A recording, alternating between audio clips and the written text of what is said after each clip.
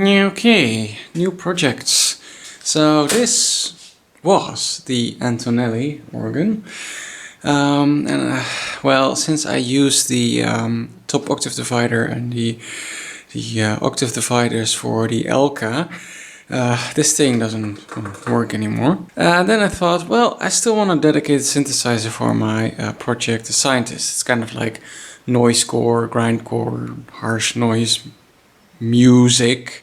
The plan is to put a whole bunch of custom electronics in here. It's basically just going to be 4 sections probably. First section is going to be the drums. Then this next section, this is the first octave of the keyboard. That's going to be the bass synth, which I've already made a start of in this spaghetti over here. And this is going to be like the pad section. So kind of like noise, drone, evolving pads. I'm not sure how I'm gonna design and make it yet. This is the power supply. This is the original power supply of the Antonelli, though I did replace most of the parts. I replaced all the electrolytics and I replaced the voltage regulator. This gives me a single supply of 15 volts, which is perfect for what I want to do. I was debating if I was gonna replace all of this, put a dual power supply on there, but 15 volts is fine. I can always use an op-amp to create a dual rail, so that's going to be fine, but it's mostly going to be single rail probably. Now as a stand, I found this thing. So this is a little like table thing. It's on wheels, and the wheels have little brakes, so it can stay in place, which is really handy. And if I put it like this, it is the perfect stand for this thing. So what I want to do with this would be kind of cool if I could like move around with that thing and have a stand for it. And yeah, this thing is just perfect. It's exact right width, and it's actually quite lightweight. These panels are all loose, but I do have a floorboard here on which I could put like multi-effect pedals, because I still have a few that I don't do anything with. So yep, that's gonna work out. The 3D prints at the front panels, not the nicest of 3D prints, but it will do for now. Gonna have 4 knobs in total and 6 switches. And here is the oscillator section. So 40106 for the master oscillator and 2 LFOs as well as the gate. A 4040 as an octave divider. And finally a 4015, which is 2 4-bit shift registers for some noise.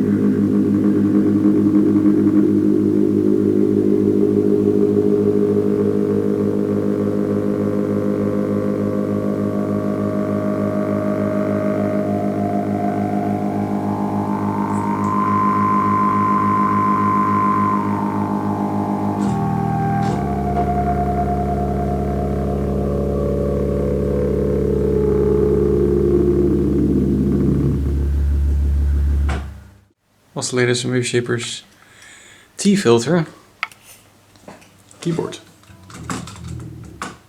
Yeah. Okay, well there's a few things I want to stuff into the ScienceOrgan. One of which is the old string synth, Symphonique. I still have all the circuit boards. Of course the controller, the Arduino Mega, the oscillators and power supply, the dual filter and dual chorus, because it's a full stereo path. So we have 8 oscillators left, 8 oscillators right, 1 filter left, 1 filter right. These are low pass filters, and 1 chorus left and 1 chorus right. So it's a pretty big sounding string synth. I already got a cool gnarly sounding bass over here, this circuit over here, but I also have these 2 monotrons still. So I can definitely use these for like kick drum sounds and filtered sounds and who knows. And furthermore, I also have this analog delay, which is based on the MN3007. It's a really cool sounding delay. I built it a long time ago. I used it a few times, but I think it will be perfect for the ScienceOrgan. So yeah. Okay, quick test, and by the sound of it, it is working quite well. Nice. Okay, well, the string synth is now mounted into the ScienceOrgan. Now I just gotta wire up all the keyboard stuff. So this 2.5 octave, and then we should have a nice string synth. Okay, here we are on the underside of the keyboard. You can see the resistor array for the bass synth. And here you can see what's going to be my life for an hour or so. Very boringly connecting all the 29 keys of the other 2.5 octaves to this ribbon cable which goes to the string synth. Right, that is 29 wires connected. That was very boring, but it had to be done. And it's all gonna go to the Arduino over there. And I put tape on here to keep these wires in place because they're very thin and flimsy. So I don't want that flapping around and breaking off, ruining my day. Well, this was an absolute pain in the ass to do. And now I gotta do the second half. Yay! Right, moment of truth.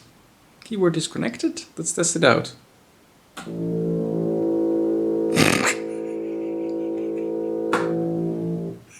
What?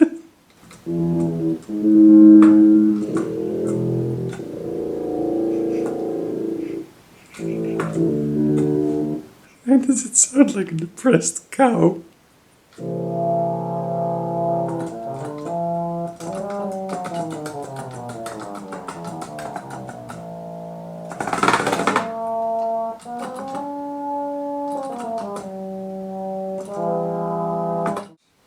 Okay, so here we have the controls for the string synth, rotary switch for the attack envelope, a rotary switch for the decay envelope, a multi-switch for the waveform, it's 6 options, and a switch that I thought was like, well, you can turn the chorus on and off, but I'll probably put a mixer here, which mixes like the drums, the bass, and then the clean and the chorus sounds of the string synth. I'll need to see. I might need to use this switch for the chorus after all. I don't really know what else to use it for. So I will need to play around with that. Anyways, yay. Yeah, that's the envelope arrays.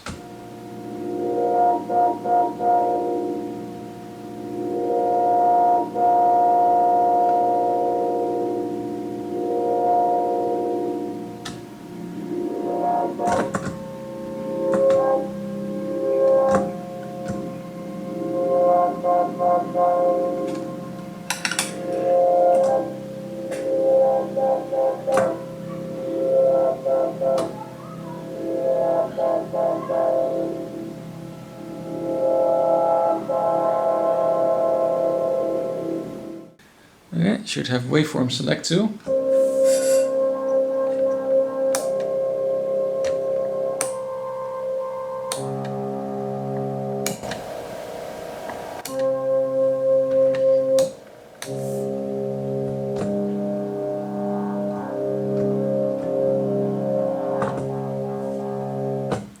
Yep, that's working too. Okay, I got quite a lot done.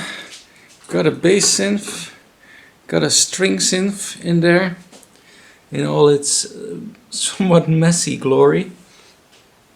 Now I need to make the drums. So these two monotrons, which are also gonna filter the bass synth. I think that would be cool. Can have it routed through here too. And here is gonna be the drum machine thing. And then I gotta make a mixer and the delay and reverb effects, and then she should be done. But that's for the next episode. So that was it for the first episode. Hope you enjoyed it, and I'll see you in the next one. Bye bye.